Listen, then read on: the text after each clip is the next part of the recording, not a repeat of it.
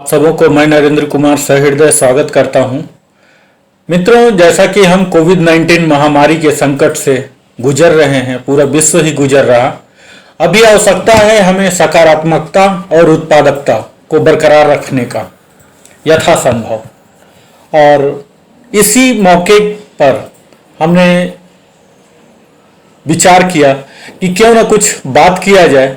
मित्रों, आज हम अपने वार्ता के दौरान कुछ उपदेश और आदेश और सलाह नहीं देने जा रहे हैं, बजाय कि हम आपको ही एक विचार करने के लिए उत्प्रेरित करने का इस वीडियो के मार्फत से प्रयास करेंगे। मित्रों, जीवन में हम अपने उम्र का बड़ा ही महत्व देते हैं, क्योंकि हम मानते हैं हमारा जिंदगी इसी उम्र से ही टिका हुआ है और इसके लिए हम अलग अलग तरीके भी मनाते रहते हैं। अगर हम पॉजिटिव विचारधारा के हैं तो हम यह बोलते हैं कि हमारे पास इतना बचा हुआ है, और कुछ निगेटिव मेंटेलिटी के लोग होते हैं वो बोलते हैं मात्र इतना ही बच गया है। पर हर कोई काउंट करते रहते हैं, क्योंकि यही एज ही है जो कि हमें अपनी जिंदगी को जीवित होने का एहसास कराते रहता है और जीवन का सबसे महत्वपूर्ण तत्व भी है। यह एज ही कितने तरह के होते हैं, इसकी बात हम आज करेंगे। मित्रों, जैसा कि हम सब जानते हैं, हमारी उम्र, हमारा एज जो कि डेट ऑफ बर्थ से काउंट का होना शुरू हो जाता है, और यह कहलाता है क्रोनोलॉजिकल एज, जिससे कि पता लगता है कि हम कितने बुजुर्ग हो चुके हैं, कितने युवा हैं, कितने वृद्ध हैं, यह पता लगता है। और यही डेट ऑफ बर्थ से ही डेट हमारा काउंट होता है, जो कि एक लीगल वैध डेट कहलाता है। इसके अलावा भी कई और डेट हैं मित्रों, इसके बारे में हम आपको बताएंगे। इसके अलावा है बायोलॉजिकल एज या फिजियोलॉजिकल एज, और तीसरा है साइकोलॉजिकल एज या सोशल एज। इन सबों के बारे में हम बात करेंगे। तो क्रोनोलॉजिकल एज, जो कि एज हमारे डेट ऑफ बर्थ जो सर्टिफिकेट में डॉक्यूमेंटेड है, तो यहां तक हम सबों को कोई संदेह नहीं होगा। तो आइए हम बात करते हैं बायोलॉजिकल एज के बारे में। यह बायोलॉजिकल एज क्या होता है मित्रों? यह वह उम्र है जिससे हमारी फंक्शनल कैपेसिटी का पता लगाया जा सकता है, हमारे स्वास्थ्य का, कितना हम फिट हैं, हमारे मेंटल और इमोशनल हेल्थ क्या है, क्या स्टेट है, यह सब चीज का पता लग जाता है, जो कि कई ऑनलाइन विधि है जिसके द्वारा हम अपने बायोलॉजिकल टेस्ट को कर सकते हैं। और यह बायोलॉजिकल टेस्ट इसलिए भी महत्वपूर्ण हो जाता है क्योंकि इसके द्वारा ही हम अपना नीति निर्धारण कर सकते हैं। डिसीजन मेकिंग प्रोसेस में यह काम आता है। विशेषकर जब हम रिटायर होते हैं या कोई बहुत बड़ा फाइनेंशियल मैटर पर डिसीजन लेते होते हैं, तो हमें यह पता होना जरूरी होता है कि कितना हमारी आयु बची रह गई है और कितना हम आगे जीवित रहने वाले हैं। तो इसी चीज को फोकस करते हुए बायोलॉजिकल एज का कंसेप्ट है, ताकि हम अपने बचे हुए समय में क्या क्या एक्शन ले सकें। मित्रों, हम सब जानते हैं कि आंख के लेंस के अलावे हमारे शरीर के जितने सेल हैं, हर सेल 10 साल में पूर्णतः नया हो जाते हैं। हमारा सेल जो कि डीएनए से बना हुआ है, और डीएनए में क्रोमोजोम होते हैं, और क्रोमोजोम में ही टीलोमेर होते हैं जो कि उसके टेल की तरह लगे होते हैं, जो बड़े ही छोटे होते हैं। और जैसे जैसे यह छोटे होते जाते हैं, इस तरह से हमारे बायोलॉजिकल एज लंबे होते जाते हैं। बायोलॉजिकल एज हमारे कई फैक्टर पर डिपेंड करते हैं, जैसे कि हमारे life style, diet, nutrition, habit, exercise, fitness, disease, stress, हमारे social life, personal life, family life, work life. इसके साथ साथ यह बायोलॉजिकल लाइफ हमारे environmental state, emotional state, genetics और क्वालिटी ऑफ लाइफ आदि पर डिपेंड करते हैं, जिसे कि हम काफी हद तक रिवर्स भी कर सकते हैं और अपने बायोलॉजिकल एज को बढ़ा सकते हैं।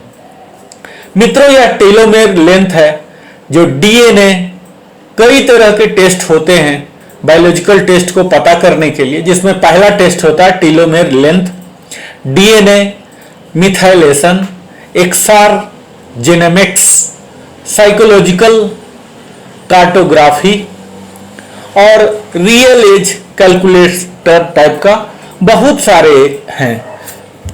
हमारे लिए यह बायोलॉजिकल एज आज के समय में क्यों महत्वपूर्ण है? क्योंकि इससे ही हमारी उत्पादकता का पता लगाया जा सकता है। हम अपने बायोलॉजिकल एज को विटामिन डी से, मेडिटेशन से, मैग्नीशियम लेके अपने रेगुलर चेकअप कराते हुए, जैसे ब्लड प्रेशर, अपने रिस्पायरेटरी कैपेसिटी को, एरोबिक पावर को, ब्लड ग्लूकोज लेवल को, कार्डियोवैस्कुलर रिस्पायरेटरी को, एंडोक्राइन सिस्टम आदि को नियमित रूप से अगर चेक करवाते रहें तो हम इससे अवगत हो सकते हैं। ऐसा माना जाता है मित्रों कि 30 से 40 साल उम्र के बाद 1% प्रति वर्ष हमारा बायोलॉजिकल एज घटते जाता है। हमारे लंग्स के भी एज होते हैं जो कि स्पाइरोमीटर के द्वारा पता चलता है।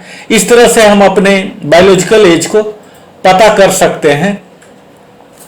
हमारे इम्यून फंक्शनिंग है, यह भी 50% घट जाता है 60 इयर्स होने के बाद, और हमारे बोन भी कंप्रेस होने लगते हैं। ऐसा कहते हैं कि हमारे एज के मुताबिक हमारे हड्डियां भी श्रिंक होने लगती है, हमारी हाइट छोटी होने लगती है। यह मेनली होता है हमारे बोन डेंसिटी को घटने के कारण। वर्टिब्री कंप्रेस हो जाते हैं। ऐसा अध्ययन से पता चला है कि ½ इंच पर 10 इयर्स में आफ्टर 40 इयर्स यह हमारा हाइट घटते जाता है, जिसे कि हम रिवर्स भी कर सकते हैं रेगुलर एक्सरसाइज से, योगा से, मेडिटेशन से, और भी कई अन्य चीजें जिससे हम इसे डिलेड कर सकते हैं। हम अपने किडनी को साफ रखें। इस तरह से कई ऐसे विधि हैं जिससे हम अपने बायोलॉजिकल एज को बढ़ा सकते हैं मित्रों। बायोलॉजिकल एज के बाद आता है साइकोलॉजिकल एज। साइकोलॉजिकल एज वह एज है जो हम खुद अपने बारे में सोचते हैं, महसूस करते हैं, उसी के जैसा करते हैं, व्यवहार करते हैं। कई बार ऐसा होता है मित्रों कि कई आदमी का क्रोनोलॉजिकल एज कम ही होता है, बायोलॉजिकल एज भी ठीक है, पर वह ग्रैंडफादर बन गए हैं, ग्रैंड मदर बन गए हैं। इस तरह से वह मानने लगते हैं कि अब हम बुजुर्ग हो गए हैं, तो उनका साइकोलॉजिकल एज ज्यादा हो जाता है। तो इस तरह से यह एज है कैसा हम अपने आप को महसूस करते हैं और हमारे बारे में लोग कैसा महसूस करते हैं, और इसका कोई एक साइंटिफिक पैरामीटर नहीं है बायोलॉजिकल एज के द्वारा जैसा। कई लोग साइकोलॉजिकल एज ज्यादा भी हो जाते हैं क्योंकि वो जल्दी मैच्योर हो जाते हैं, हाइपर मैच्योर हो जाते हैं। कई बार देखा गया कि 15 साल एक्स्ट्रा वो हाइपर मैच्योर हो जाते हैं। और जैसे जैसे हमारा साइकोलॉजिकल एज बढ़ते जाता है, हमारा एबिलिटी ऑफ लर्निंग जो है, रिमेंबर करने की जो क्षमता है, ये सब घटने लगती है। अलग अलग सिचुएशन को हैंडल करना, मैनेज करना, अपने स्पेशली भावना को, ये सब ही साइकोलॉजिकल एज के अंदर आते हैं। हमारे मेमोरी भी हम अपने लेबल्ड कर देते हैं कि अब हम ओल्डर हो गए हैं। ऐसा माना गया है कि 1% पर ईयर 60 इयर्स के बाद यह डिग्रेड होता है। एज 60 पर हम 20% ही अपने एज 40 में जो थे उसके रह जाते हैं। मित्रों, हमें अपने बारे में करना क्या है यह तो आपको ही सोचना है। हमें यही करना है कि हमें अपने क्रोनोलॉजिकल एज को भूल जाना है और बायोलॉजिकल एज पर ध्यान देना है। इन सभी बातों को करना है जिससे हमारे बायोलॉजिकल एज ज़्यादा रहे, ज़्यादा दिन तक हम जीवित रह सके। एज महज एक संख्या है जो हम एक महसूस करते हैं। एज के द्वारा ही हम कई महत्वपूर्ण अपने हेल्थ, हैप्पीनेस और लॉन्गेटिविटी को जोड़ते हैं।